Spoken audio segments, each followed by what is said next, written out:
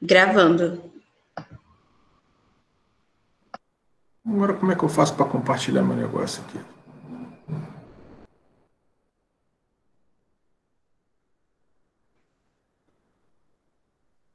Gente, olha só, não estou encontrando aqui. Cadê meu negócio aqui que eu tenho que compartilhar?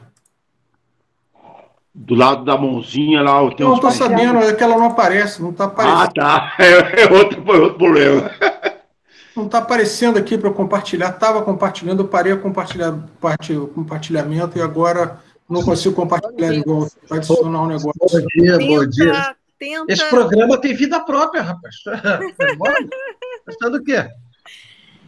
tenta, Lobo, compartilhar em tela cheia. Aparece uma listinha de 3 opções. Vai em tela cheia.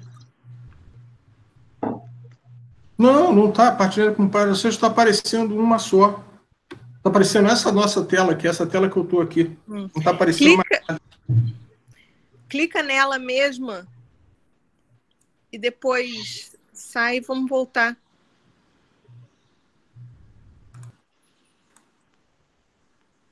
Entendeu?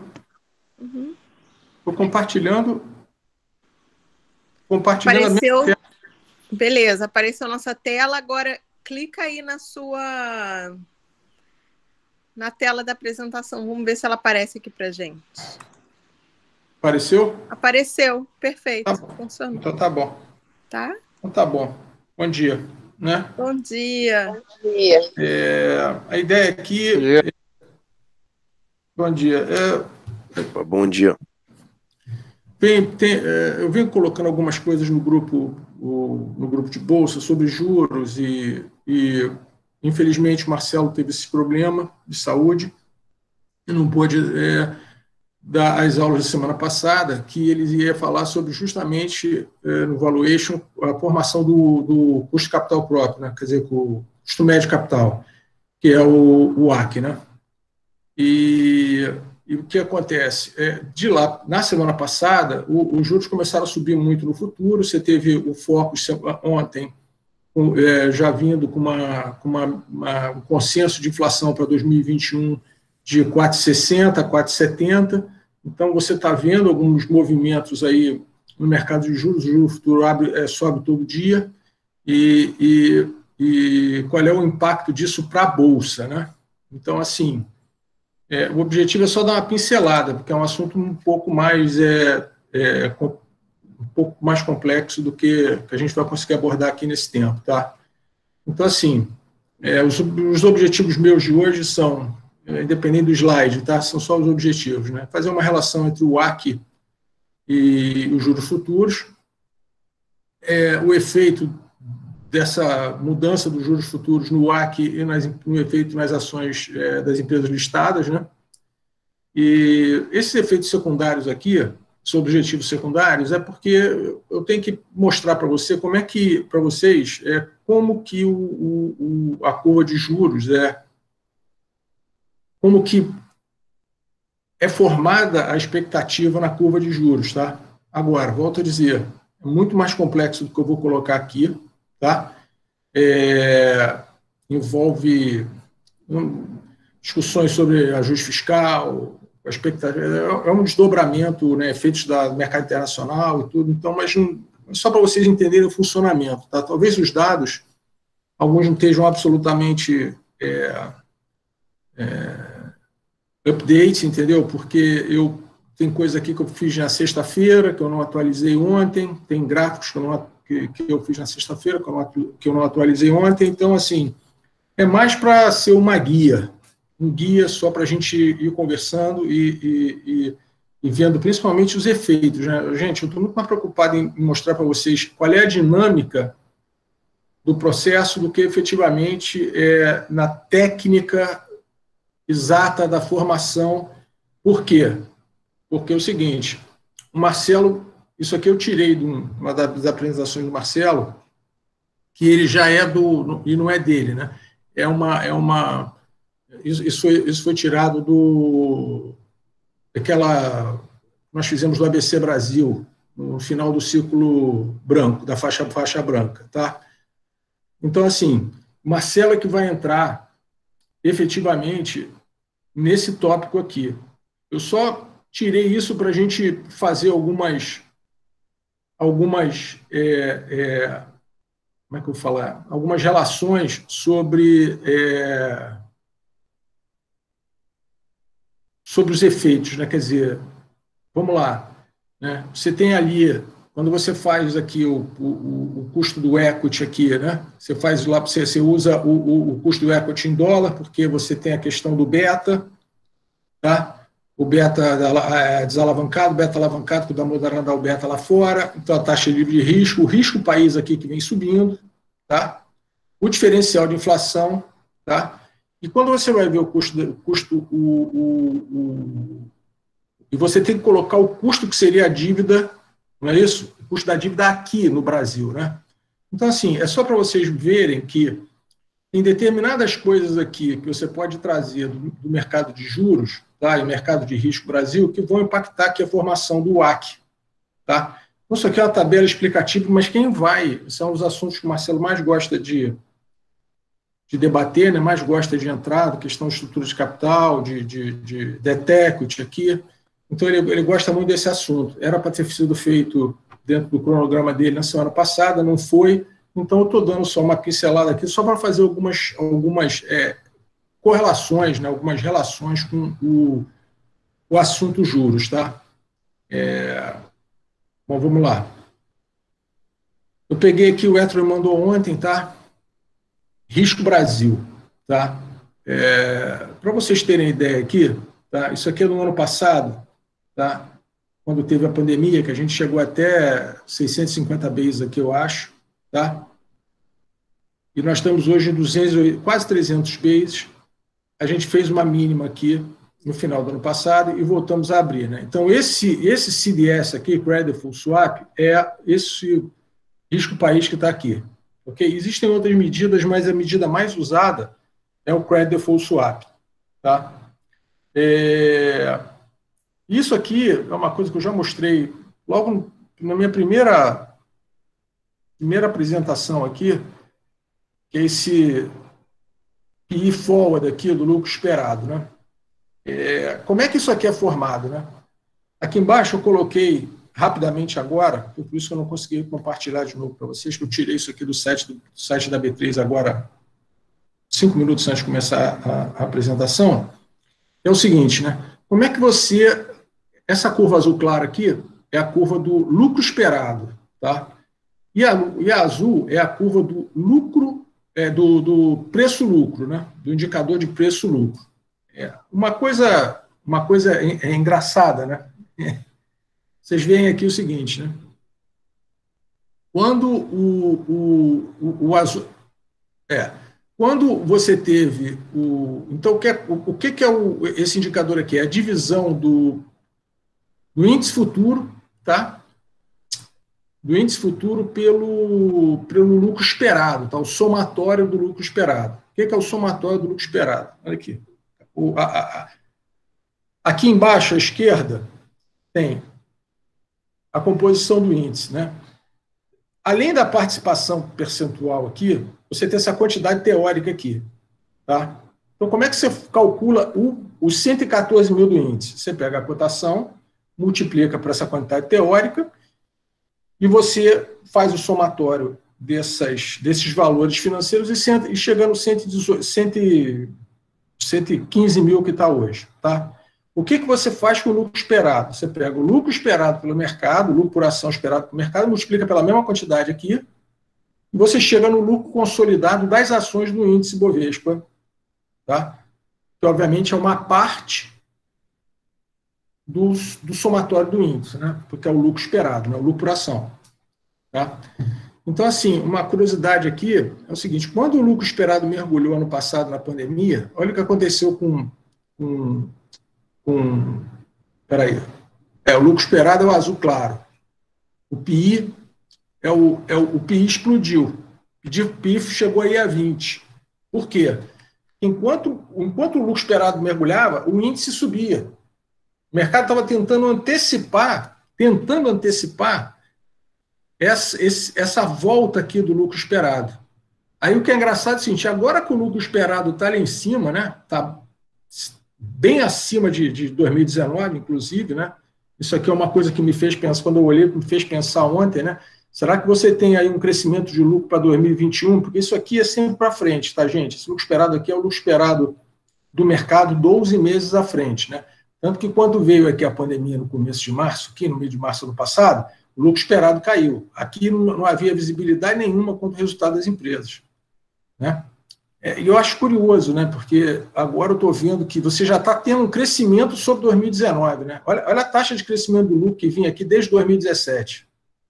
Aí, no ano de 2021, o mercado já está vendo um crescimento sobre 2019 maior do que essa curva toda aqui, né? Olha só como é que são as coisas, né?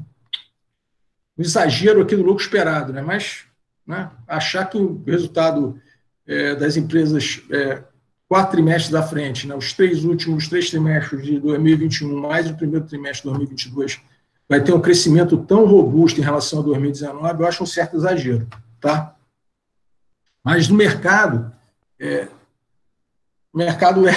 os analistas erram muito.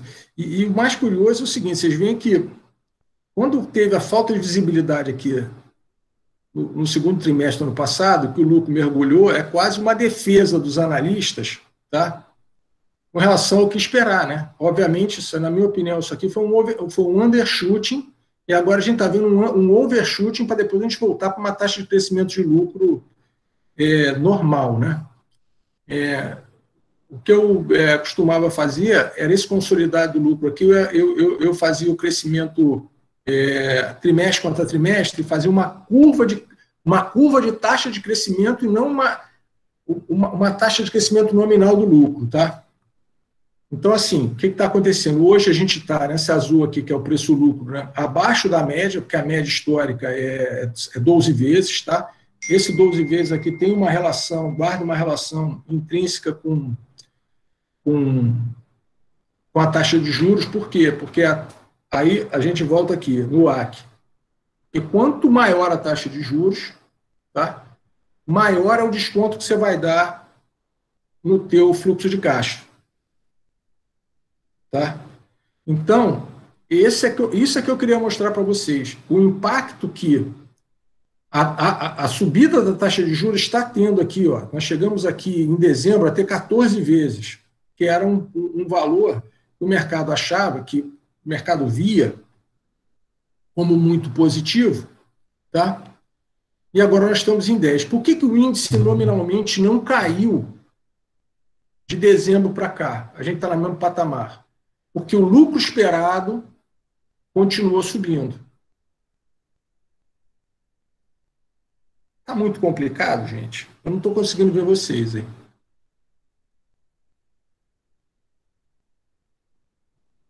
Isso aqui, para mim, são relações que eu faço na minha cabeça, assim, faço mais de 30 anos, isso é muito simples para mim. Alguém conseguiu entender o que eu expliquei? Eu acho que está super claro, Lobo. Então tá bom. Eu queria entender um pouco mais, assim, a partir desses insights, desses entendimentos, como é que a gente usa isso?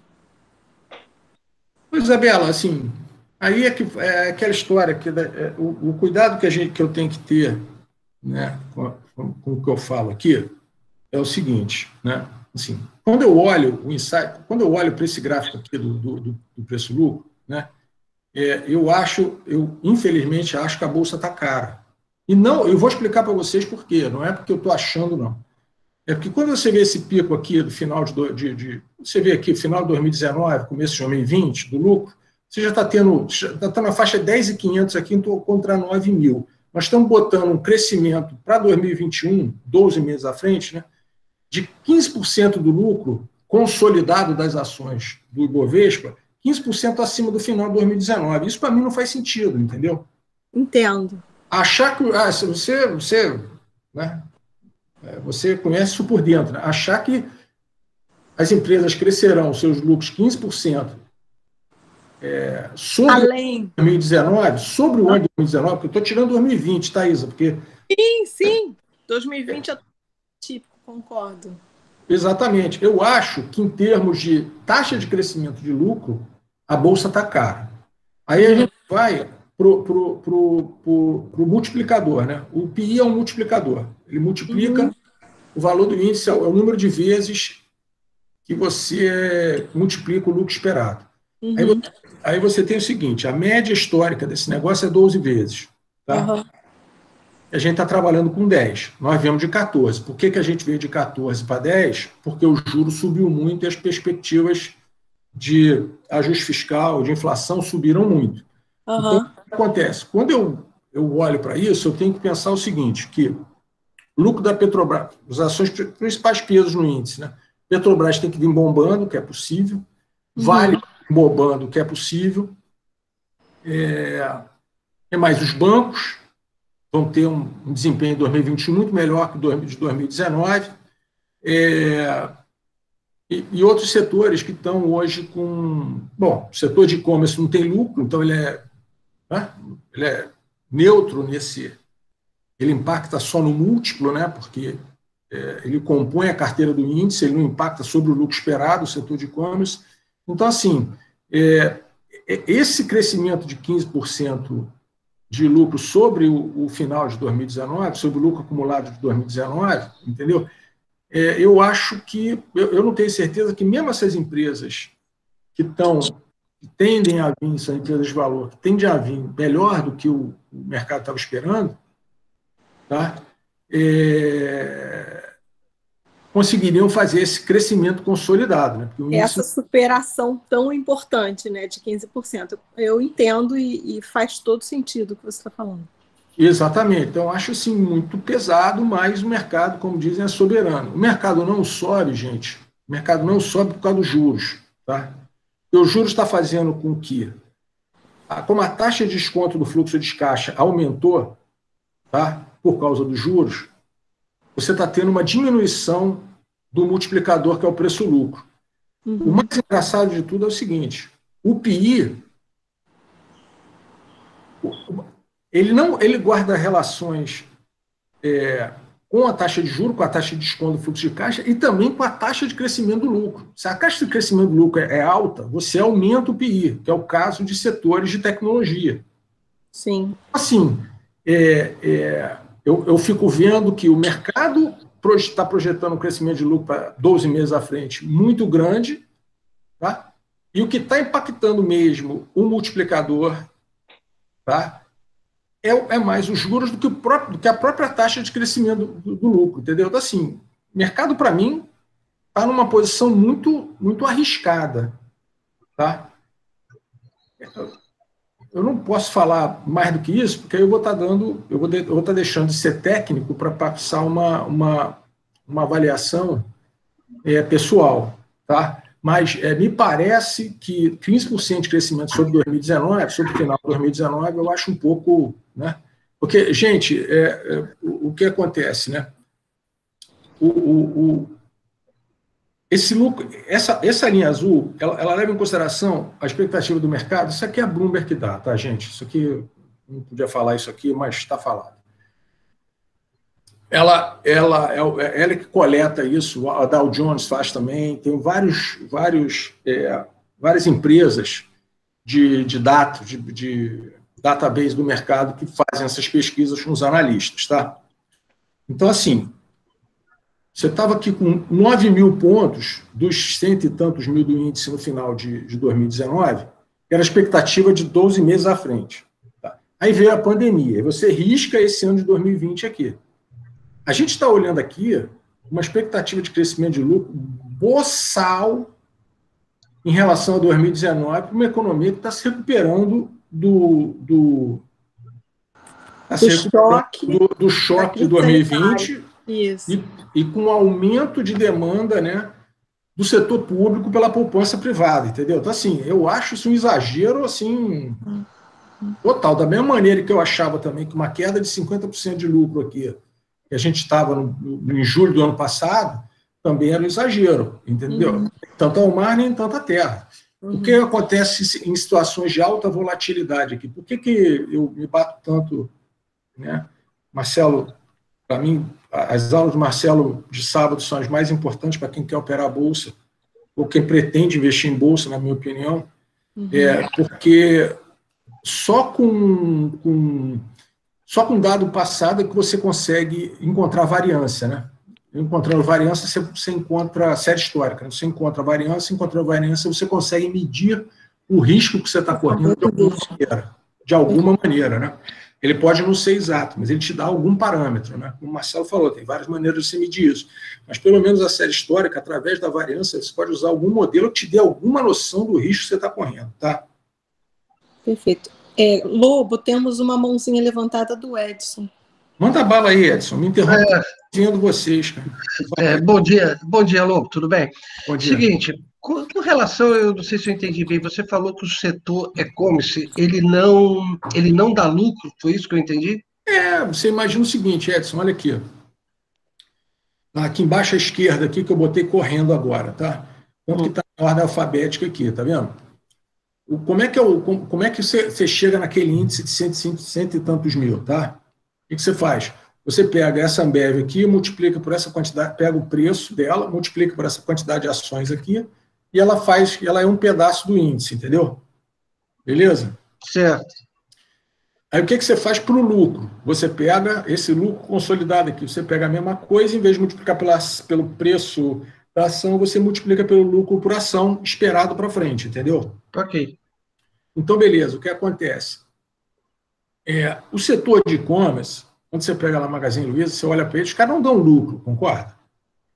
Não é um lucro significativo para pesar nesse consolidado lucro, como é Vale, como é Petro, entendeu? Ah, tá. Porque o setor aumentou bastante, né, nesse período de... Ele aumentou, esse que é o negócio, ele aumentou a participação dele no índice, porque a participação no índice é dada por volume negociado, tá? E por market cap, tá? Não necessariamente ela aumentou a participação no consolidado do lucro esperado, você entendeu? No somatório esperado. Ok. Edson, o setor, o varejo no e-commerce ainda está em expansão, você vai ver margens super apertadas. Então, em geral, você ganha volume com o e-commerce, mas você não ganha margem média, vamos dizer assim. Uhum. Tá? Mas você ganha novos consumidores. Então, a empresa, quando está observando esse share de comércio, hoje ela precisa existir no e-commerce, porque, principalmente em 2020, quem não conseguiu jogar nesse jogo ficou de fora, né? Precisa, mas não é onde você vai buscar margem. E isso afeta diretamente a lucratividade. É isso que o Lobo está falando. Você traz mais volume de negócio, mas não traz lucro. Não é quem aporta lucro, entendeu? Ok. Não é quem soma lucro no agregado, entendeu, Edson? Isso é um somatório, né? Você vai pegar o lucro por ação, você vai ter o preço da ação e o lucro por ação, tá? Como é que você faz o PI de uma ação? Você pega o preço da ação, o lucro por ação, divide uma pela outra. E você vê quantas vezes essa ação está tradando acima do seu lucro, ok? Aí você pega e faz um consolidado disso para o índice Bovespa, entendeu? O que acontece? A ação da Magazine Luiza, por exemplo, pesa no índice porque ela trada 200 vezes o lucro dela. Pesa no índice, mas ela não pesa no somatório do lucro, entendeu? Edson, entendeu a diferença? Está no mudo. Eu acho que para o Lobo. Eu estou no mudo? Eu não fiz nada para estar no mudo. Não, o Edson. O Edson está no mudo. Tá, beleza. Então tá bom. A Lobo está falando isso em relação ao índice, né? Não, é porque, Pina, o que acontece é o seguinte, Pina, olha só. Assim, vamos lá. Eu acho fundamental a aula de valuation, porque qualquer um queira trabalhar com Project Finance, qualquer coisa para o cara entender uma ação, um business, um retorno, tá?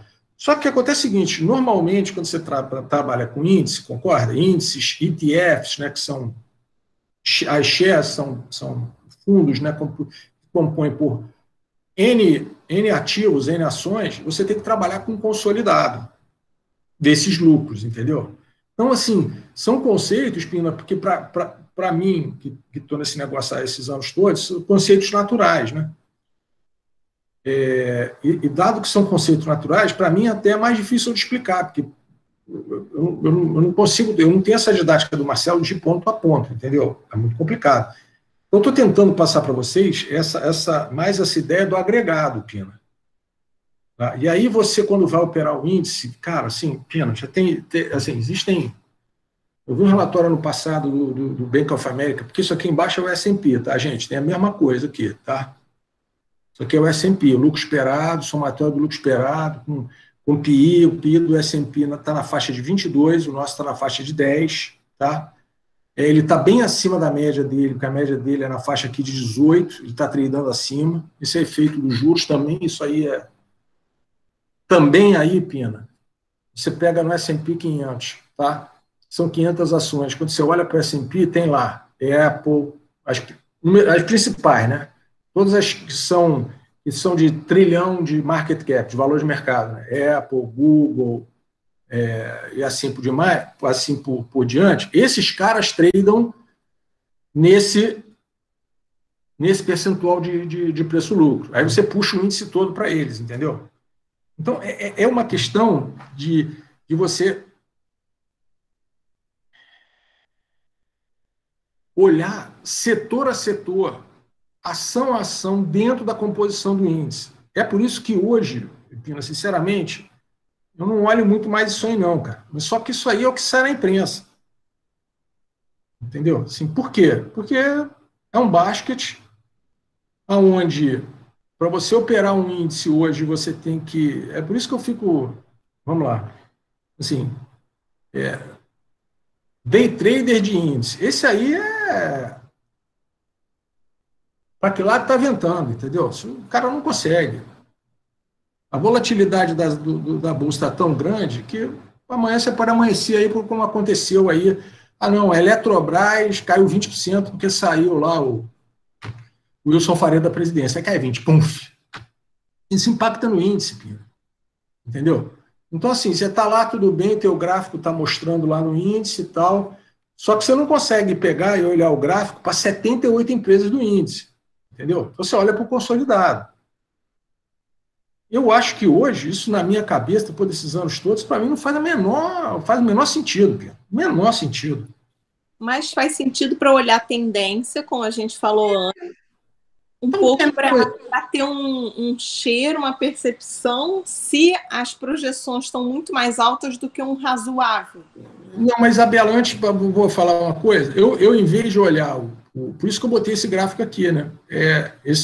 Principalmente esse aqui, né? Eu prefiro olhar essa relação de PI, de lucro esperado, do que olhar o índice, entendeu? Entendo. Não, faz todo sentido. Perfeito. Entendeu? Porque o índice gente... O índice é uma foto. É só uma foto, é um número índice, né, Isabela? Tem uma composição enorme de coisa ali dentro. Sim. Que, entendeu? Sim. E eu olho mais, o que eu mais olho, gente, é que eu não está aqui, que eu achei que ia ser muito mais complicado, que é isso que eu estou tentando chamar a atenção de vocês, que é a taxa de crescimento do lucro, né? Vocês olham aqui, né? Isso aqui é o lucro esperado. Então, vocês estão vendo aqui que fechou 2018 aqui na faixa de 8 mil pontos, né? 8 mil dos 100 mil, né? E aí você tem um crescimento aqui, que é um crescimento saudável, né? Do lucro, né? Um crescimento aqui, Aí você começa, já em 2019, você começa já a ter problema de taxa de crescimento de lucro. Uhum. Isso é que as pessoas, mesmo em 2020, as pessoas nunca olharam para isso. Já fiz essa conta aqui há muito tempo atrás. Uhum. Você tem um problema que os lucros em 2019 já pararam de crescer, eles começaram a estabilizar. Uhum. Então, por isso, o mercado jogava as projeções de índice para cima, por quê? Porque o mercado puxava aqui embaixo a linha azul acima da média, que era o 14 vezes. Uhum. É por isso que o índice subiu. O índice subia muito mais na chamada expansão de múltiplo do que pela taxa de crescimento do seu da lucratividade, certo? Lucratividade, exatamente. E isso aconteceu em 2019 por causa da queda de juros. Uhum.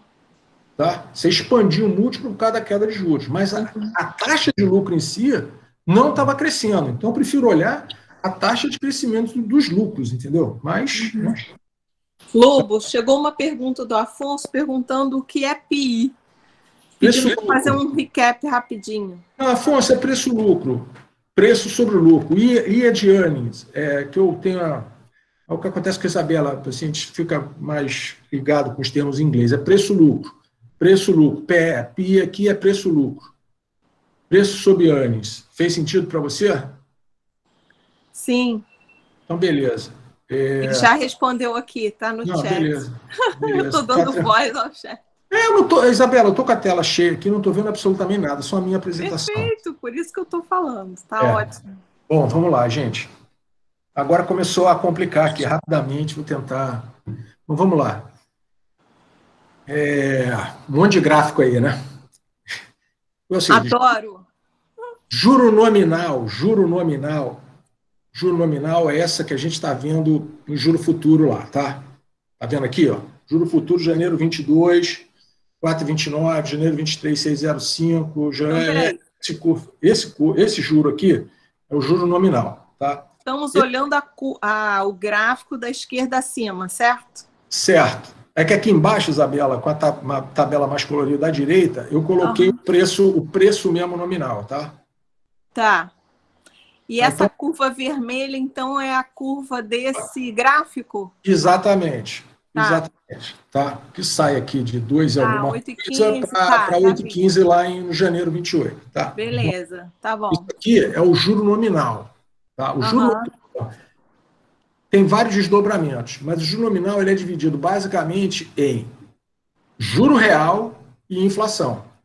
Tá? Certo. É isso que compõe o juro nominal, que é esse que está aqui do lado, que eu fiz a coisa separada aqui, que eu peguei aquela estrutura de juro a termo lá do Banco Central, da Ambima, tá? Então, para vocês verem o juro real aqui, para esse final de ano, está negativo. Está bem negativo. Por quê? Existe uma expectativa, embaixo na tabela aqui, existe uma expectativa que o PCA não seja nem 4,70. O que está embutido no mercado é coisa de 7%. Tá? Certo. Então é o seguinte, isso é real? Não é real. Isso também não é real. O que está acontecendo? Isso é um prêmio que o mercado está pagando para se proteger da inflação de curto prazo. Tá? Como a curva de juro nominal até o fim do ano está na mão do Banco Central, o mercado, as instituições financeiras vão ao mercado e compram o hedge, isso aqui é o hedge, aquela conceito de que hedge não é para você ganhar dinheiro, hedge é para você perder dinheiro. Tá? Como essa parte da curva aqui, no gráfico à esquerda acima, que eu botei a primeira bola azul aqui, essa parte azul aqui, essa alta aqui, tá? Isso está na mão do Banco Central. A partir de janeiro de 23, está com o meio do ano passado, que isso aqui começa a compor o mercado. E, principalmente, mercado é essa bola grande aqui. Isso aqui é que está o risco de mercado está aqui. Alguém pergunta?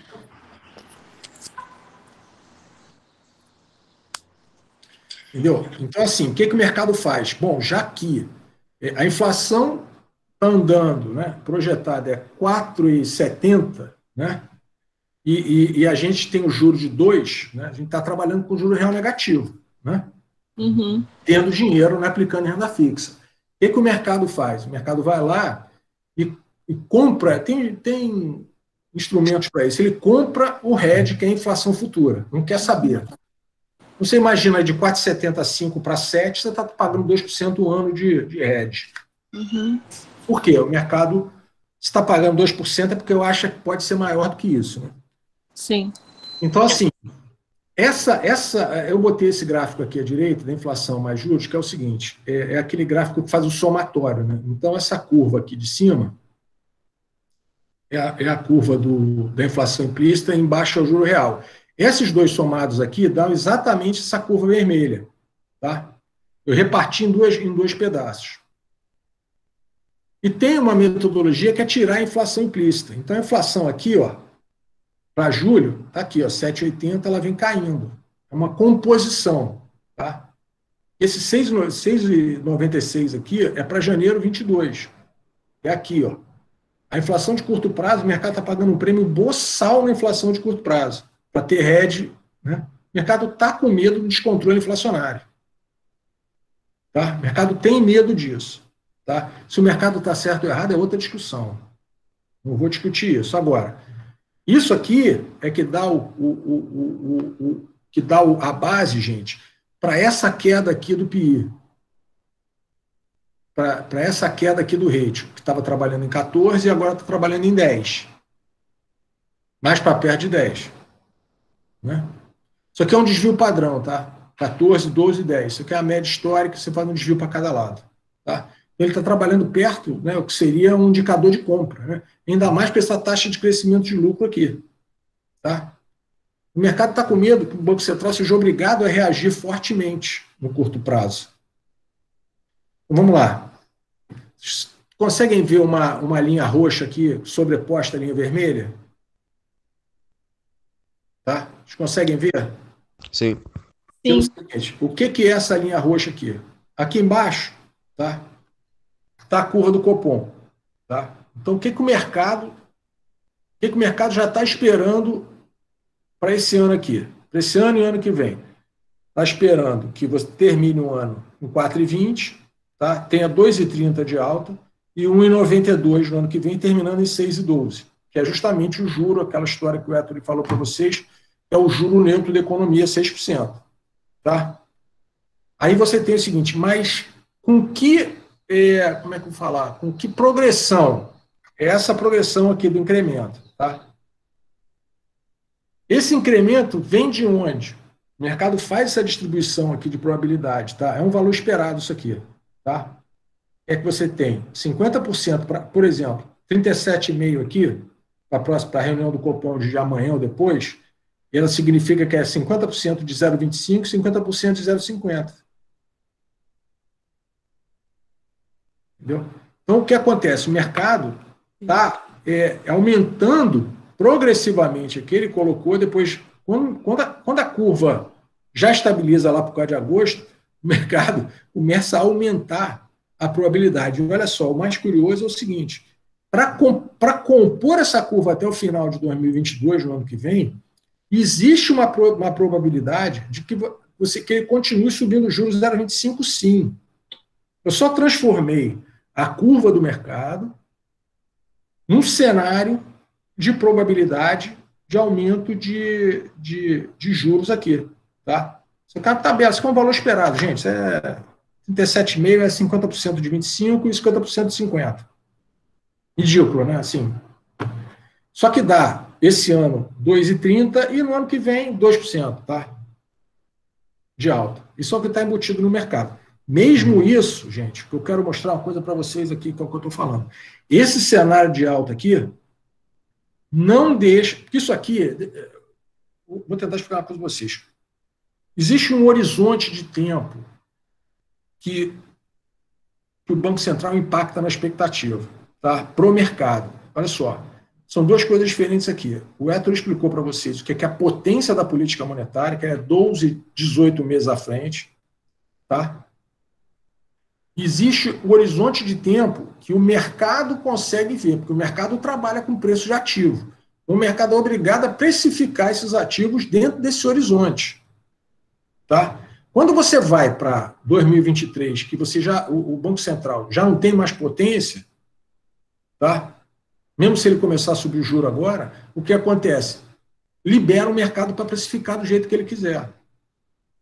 Tá? Por isso que a gente está vendo esse paradoxo total entre a inflação implícita no mercado, tá? No curto prazo, e a inflação em alta lá na frente. Ai, meu Deus, essa agora foi demais para vocês, né? Eu imaginei isso. É como se fosse um freio de mão puxado, tá?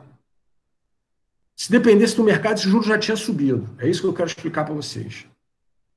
Como você tem um freio de mão, o mercado ajusta por outro lado, que é na inflação, comprando inflação. O mercado não está acreditando no discurso do Banco Central.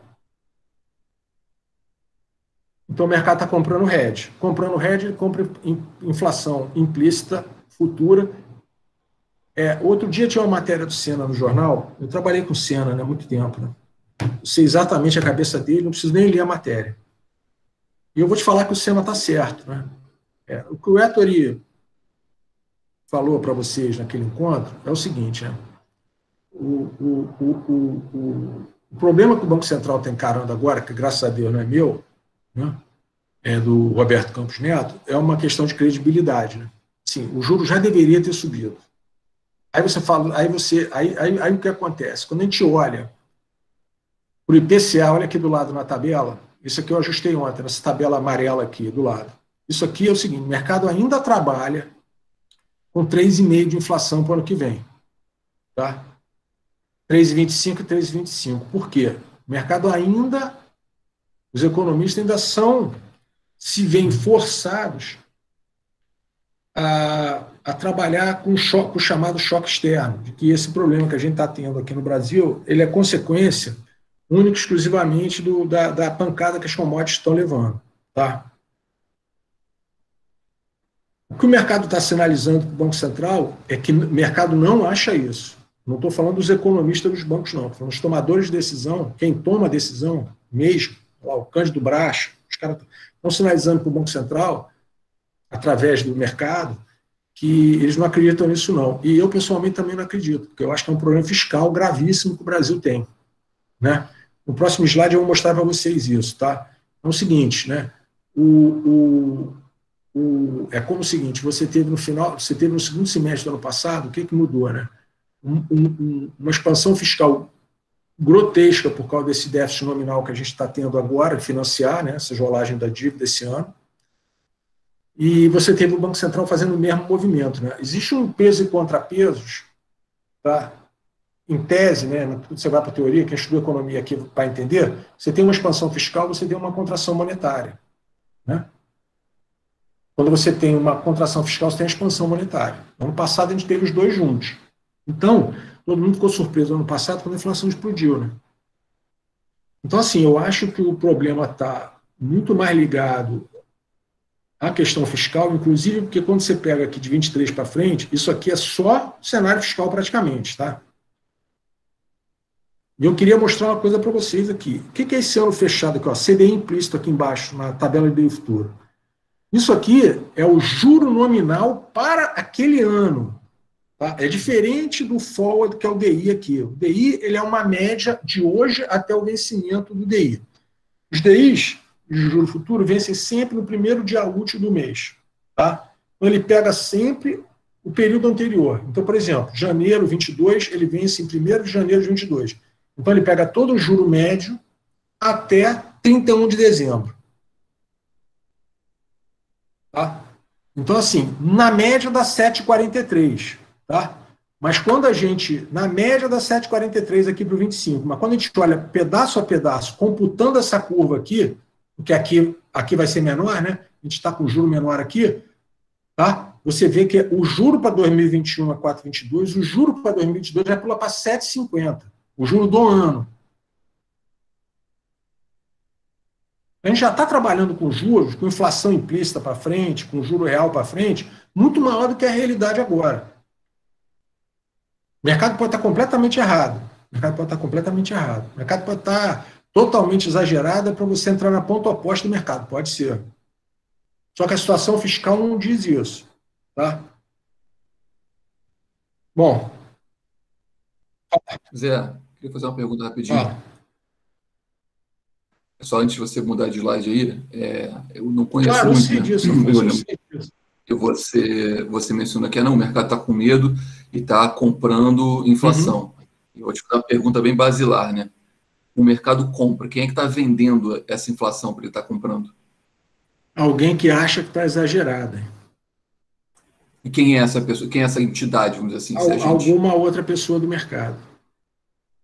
Tá, então na verdade não é um mercado em sua maioria ou na sua totalidade. Tem partes do mercado que acham que vai subir e outras que não estão apostando nisso. Por isso que estabeleceu-se esse comércio. Exatamente, é um comércio. Mas só que, olha só, como é um valor esperado, concorda? Né? A taxa é um valor esperado. Os não, encontro entre oferta e demanda, concorda? Para estar nesse nível de preço é porque a demanda está muito maior que a oferta. Tem poucos se dispondo a vender nesse nível de preço. Não é isso, Afonso? Isso, perfeito. Não, eu só fiquei curioso. Não, você está certo, você está certo, você está certo. Eu vou te dar uma coisa, só para vocês entenderem. Tá? Essa inflação implícita ela é tirada pelo mercado das NTNs-Bs. Tá? Então, o que está acontecendo, para você saber, para ser mais objetivo?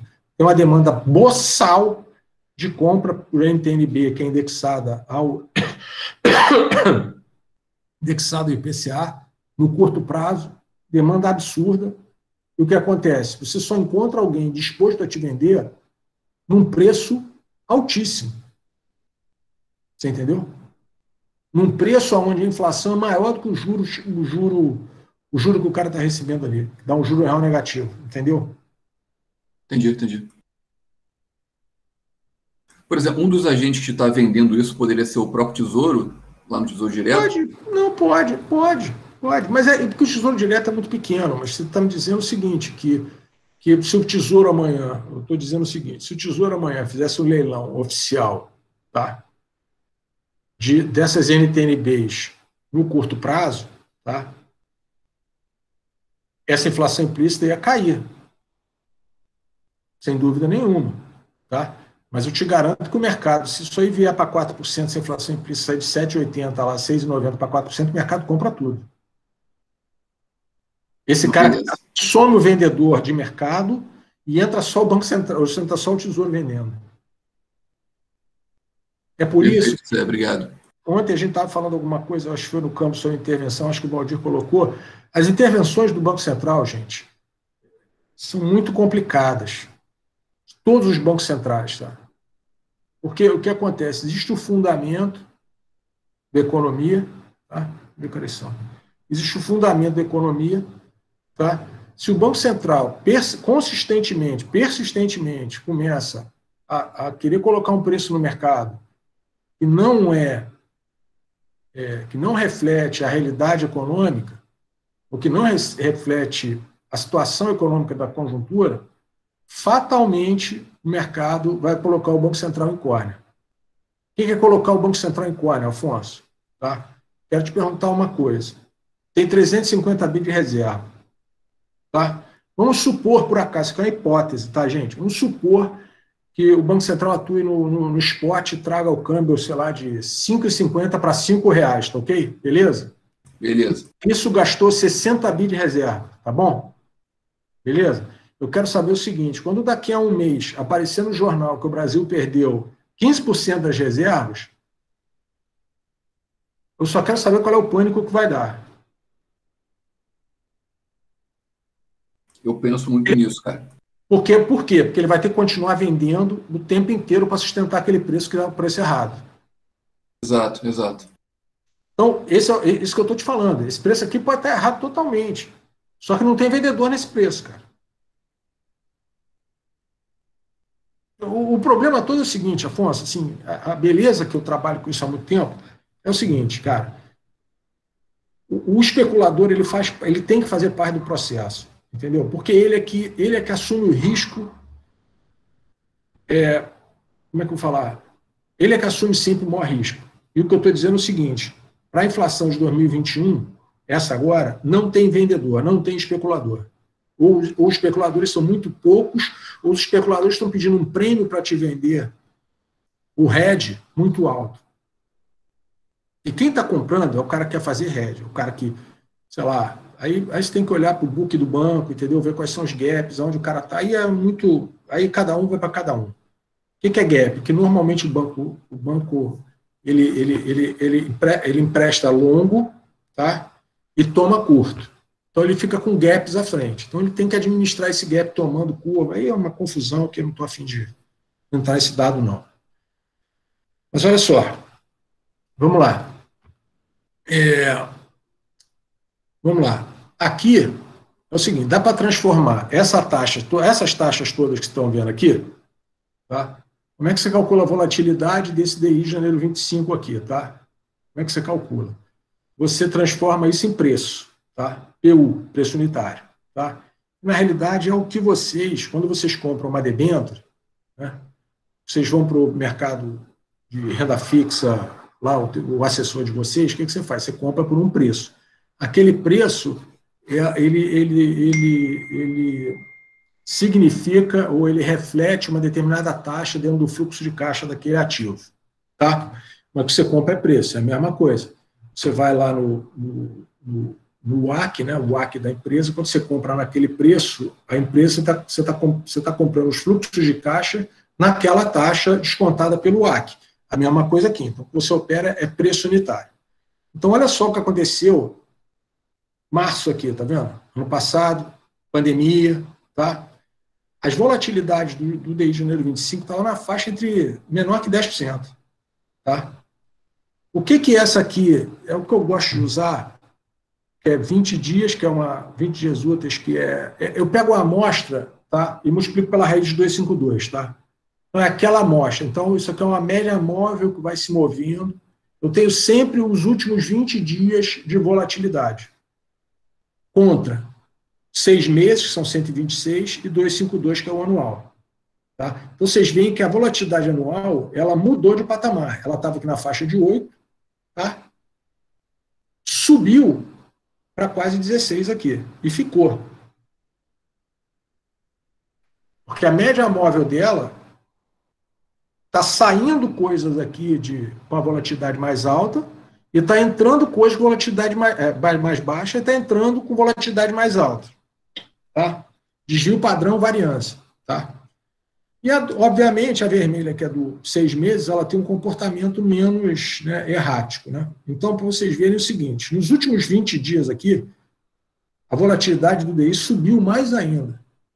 Vem subindo. Está nesse mês de março. Quando você olha isso, você entende por que as projeções de inflação do Focus vêm subindo fortemente ao longo de março. Isso se reflete, obviamente, no risco, né, dos juros futuros. Né? Tá? Então, assim, isso aqui é para mostrar o seguinte, cara, qualquer pessoa que operar o índice futuro, o juro hoje, gente, olha só, vocês que ficam recebendo telefonema de assessor dizendo que a renda fixa, que não sei o quê, que não varia sim. Tá? É por isso que eu quero botar isso aqui para vocês. E hoje, quem operar pré-fixado, quem operar juros para frente, 5 anos, vai estar correndo esse risco aí de pode ganhar ou perder 15% ao ano, tá? Beleza? O que é perder na renda fixa, né, Afonso? Porque já teve essa pergunta aqui outro dia, né? O que é perder? Teve lá no chat, lá no grupo de bolsa. O que é perder, né? Olha só, mesma coisa aqui. PU, tá? Do janeiro 25 em verde, do janeiro 22, isso aqui é a taxa Selic. Tá? Então vocês voltem aqui, ó, né, em 2019, aqui, ó, no meio de 2019, a taxa Selic começou a cair e bicar com tudo. Tá? Agosto, julho, você começa a ter as quedas aqui violentas, não é isso? Aí a gente volta para cá, Afonso. Você perguntou do PI. Olha aqui o PI subindo aqui, ó, justamente, agosto. Olha aqui, ó. A bolsa subiu naquela época por expansão de múltiplo e não porque o lucro estava subindo. Expansão de múltiplo por causa de quê? Por causa da queda da Selic. Aí você tem o janeiro 22 acompanhando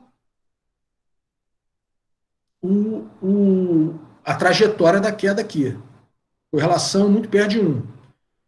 O janeiro 25 veio até que você começou a perceber que, né, começou a perceber algum problema fiscal aqui no final de 2019, começo de 2020. Começaram os embates fiscais aqui. Aí a gente tem março aqui, que é... Né, a gente tem março aqui, e o juro, aquele negócio que eu tentei explicar para vocês e não consegui. O juro curto continua acompanhando a atuação do Banco Central aqui, e o juro longo já começou a ficar para trás. Esse spread aqui, ó, ele começou a abrir fortemente. Tá? Aí nós passamos aqui, julho de 20. Quando chegou em julho de 20, que estava aquela confusão fiscal, pandemia, não sei o quê, olha o que acontece. O juro curto começa a descolar da Selic. E o juro longo começa a descolar mais ainda. Isso aqui, gente, essa bola vermelha aqui, é a questão fiscal. Por isso que eu falo para vocês que o equívoco que o Héctor falou, que ele cometeu na projeção da inflação do ano de 2020, foi esse impacto fiscal aí. Tá? Então, o que acontece? Infelizmente, o que acontece? O mercado tem que respeitar o juro de curto prazo, porque é a precificação do Banco Central. Mas o juro longo vai embora. O juro Traduzindo, Lobo, desculpa, traduzindo em português, assim, seria como se dissesse, cara, teve pressão inflacionária que começou, o Banco Central precisaria atuar aumentando os juros, não fez isso. Isso, exatamente. E aí começou a criar uma distância, um gap, isso, entre os valores esperados, projetados e, de fato, o que estava acontecendo. Exatamente. E tem uma coisa, né, Isabela? É assim, né? É física, né? Toda ação... Ação e reação, né? Exatamente. É isso que eu estou falando. Lei de Newton, exatamente. Né? Eu não me lembro da lei de Newton, mas é isso aqui, gente. Essa reação que está tendo aqui, ó, essa reação que está tendo aqui é justamente, isso é uma reação a essa ação do Banco Central aqui. Se o Banco Central tivesse já subido o juro, essa curva estaria com outro shape mais flat ou mais inclinada negativamente, entendeu? Só que os efeitos, gente, de uma alta de juro forte agora seriam devastadores para a economia, né? Então é esse paradoxo, esse problema que é o Banco Central que tem, e graças a Deus não sou eu, né? Eu não sei o que aconteceria se o Banco Central subisse o juro rapidamente para 5%. Eu não sei. Agora, eu tenho certeza de uma coisa. Se ele subisse o juro rapidamente para 5%, 6% para cobrir a inflação, esse lucro esperado aqui cai. O que o mercado já fez? Já está jogando o múltiplo lá para baixo.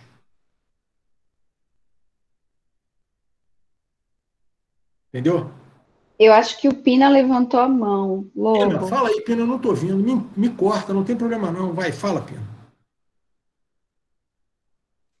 Então, perguntar que isso tudo varia também uma própria ação do governo, né? Exatamente. O Banco Central pode fazer alguma ação, até o próprio governo na seara fiscal. E também tem o governo americano, que está fazendo injeção maciça de recursos na economia, né? Pina, isso aqui serve não só o governo americano, não, cara. O Banco Central Europeu acabou de aumentar o quantitative easing dele, tá? Estendeu por mais tempo a garantia de que vai comprar. Isso é o mundo inteiro. Agora, esse raciocínio, Pina, serve para você entender por que o juro lá de 10 anos, 5 anos dos Estados Unidos está subindo. É o mesmo raciocínio, não muda nada. Raciocínio é o mesmo. Zé, fala. Vou me permitir novamente interromper você, que você falou que você está com a tela cheia, né? É isso aí. Primeiro, algum outro colega já está com a mão levantada para não atrapalhar? Não, porque de repente tiver alguém, eu não estou vendo, não sei. Enfim. Acredito que não. Ah, tá, então tá certo. Eu só queria entender, porque você vê naquele gráfico ali da superior direita, você tem o janeiro 22, né, seguindo, né, mais ou menos o CDI. E aí, como você falou, né, o Banco Central ele tinha que ter alinhado, né, com a expectativa do mercado para não ter esse descolamento que a gente está vendo agora. Mas por que o mercado descolou do Banco Central? O mercado descolou porque, vamos lá, né? Assim, eu entendi o descolamento lá no 25, né? A questão fiscal, né? Que até mesmo. Não, mas aqui mesmo, mas olha só, Afonso, mesmo no curto prazo, vamos lá. O Banco Central tem um mapa, vou pegar os dados do Ettore, tá? O Tesouro Nacional tem que fazer uma colocação líquida, emissão líquida, ou seja, resgate menos emissões, tá? Emissão líquida do Tesouro de 800 bi de real até o fim do ano. Líquido, tá? Sendo que desses 800 bi, né? Isso é líquido, tá? Perfeito, Afonso? Tem uma rolagem que já foi vendido lá atrás, na época da pandemia, para financiar o ano passado, e vai vencer agora de LTN em abril de 600 bi. Gente, olha só, não teremos fuga de capital porque não vai ter, porque não tem. A única coisa que tem é o seguinte: qual é o preço que o mercado vai cobrar para financiar o tesouro? Ô Zé, Fala. só metendo um pouquinho, se você vai ver lá os analistas, não estou dizendo que está certo ou que está errado, né? Mas o que se questiona muito em 2019, 2020, que houve uma queda excessiva da taxa CDI por parte do Banco Central. Olha só. Não estou dizendo que está certo ou que está errado, tá? Depois de passar é fácil. Exatamente, é isso que eu estou falando, por isso que eu estou falando aqui. Eu botei esse gráfico aqui justamente para vocês entenderem que o Banco Central fez o que ele achou que tinha que fazer, chegou aqui em julho do ano passado, o mercado começou a desconfiar. Por isso que eu botei as barras aqui, gente, porque a primeira barra aqui é a pandemia, tá? Então você tem esse pico aqui, tanto do 22 como do 25, você tem um pico aqui, porque isso aqui foi pandemia. Então isso aqui não conta, concorda? Que nem na volatilidade aqui não conta, tá? Não conta. Aí o que acontece? O mercado continua fechando depois, seguindo a orientação do Banco Central. Chegou em julho, o mercado começou a desconfiar. E começou a desconfiar não do Banco Central em si, mas de quê? Que naquele momento você estava tendo uma política fiscal expansionista, fortemente expansionista, uma política monetária fortemente expansionista, entendeu? O Valdir. E o Banco Central agora está numa situação muito complicada, porque, aliás, o Roberto Campos Neto já falou isso, né, cara, sobre a questão fiscal, né? Já várias vezes já veio o jornal falar sobre isso, né? No final das contas, assim, isso eu vou falar que é a minha opinião, né? Eu não tem problema nenhum. É o seguinte, ele está brincando lá em Brasília, tá, o Valdir? Tá? Porque o que acontece é o seguinte, olha só, tem que fazer, tem que continuar dando Bolsa Auxílio lá? Tem que continuar. Agora, vamos cortar o que para dar isso? Esse é o problema. Tem que dar. Não, mas eu acho que tem que dar. Tem uma porrada de gente autônoma aí que não tem renda. Concordo. Agora, né? E do outro lado, você tem professor fazendo greve para não ter aula e recebendo, entendeu? Então, assim, esses são os problemas do Brasil. Essas idiosincrasias acabam estourando aí, gente. Não tem saída. E o Banco Central ficou numa situação em que ele tem que ter uma política monetária bem mais contracionista, dada a política fiscal expansionista. O que está acontecendo? Está aqui. A gente vem ouvindo, e o Héctor já falou na apresentação dele, o seguinte, que existe uma expectativa de ajuste, tá? Para os anos de 2022, 2023, papapá. Não é isso? Beleza. Aí você coloca agora, na disputa presidencial para 2022, um personagem que foi claramente expansionista no passado, né?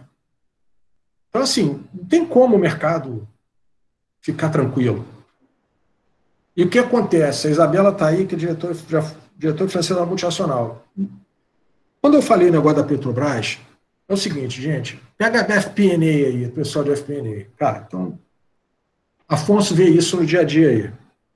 Aquilo que ontem o Claudia falou da questão das áreas da empresa ficarem brigando pelo budget e tal, não sei o quê, revisões de budget. Cara, eu fico imaginando hoje você ser num conselho de uma multinacional lá fora, entendeu? Com essa confusão que está no Brasil, com esse juro real negativo, com essa confusão, o cara aumentando o stake para investimento no Brasil. Eu fico só pensando nessa situação, gente. Complicado.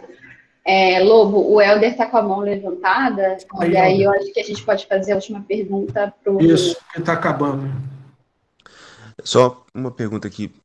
Então, a aposta para o governo aqui nesse cenário, a bala de prata, entre aspas, seria a reforma administrativa com a redução do custo do Estado, mas é algo a longo prazo, né? Não, mas Helder, olha só, o mercado precisa de uma sinalização, pelo menos, Helder. O problema é que não tem sinalização. Isso tudo aqui é reflexo de expectativa, cara. A expectativa se retroalimenta, entendeu? O problema é que não tem sinalização nenhuma. A sinalização é de mais confusão. E o mercado vai botando no preço, vai formando expectativa.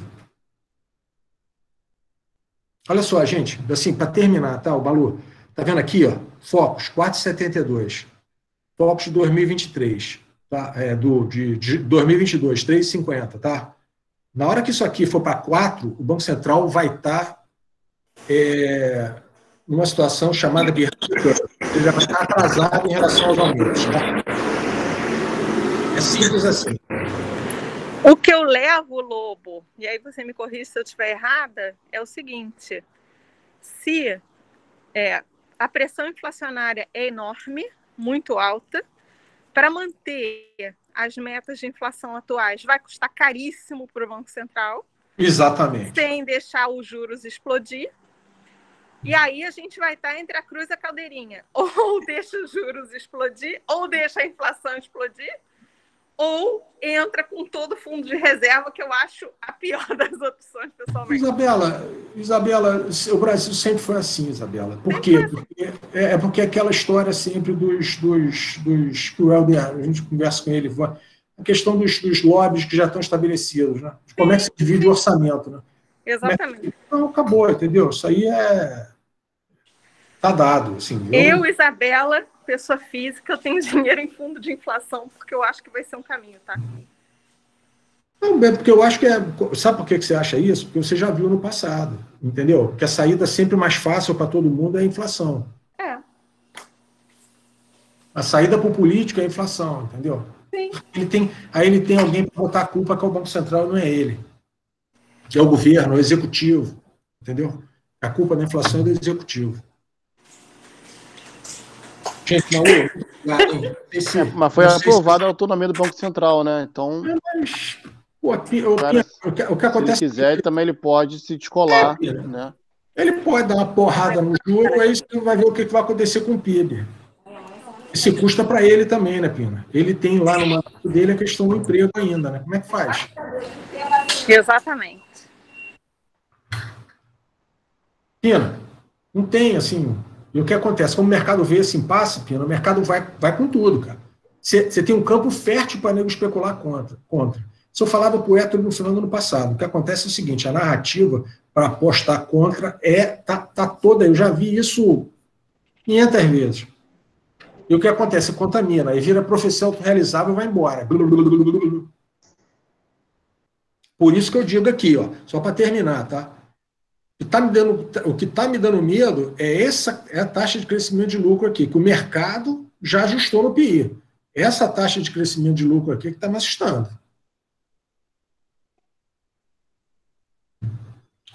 Tá bom? Malu, vamos lá, vamos fechar aí. Como é que eu fecho aqui? Para de compartilhar isso. Isso, pode parar de compartilhar. Foi ótimo o nosso encontro. Obrigada, Zé. Eu adorei. Parei de compartilhar, gente. Espero ter...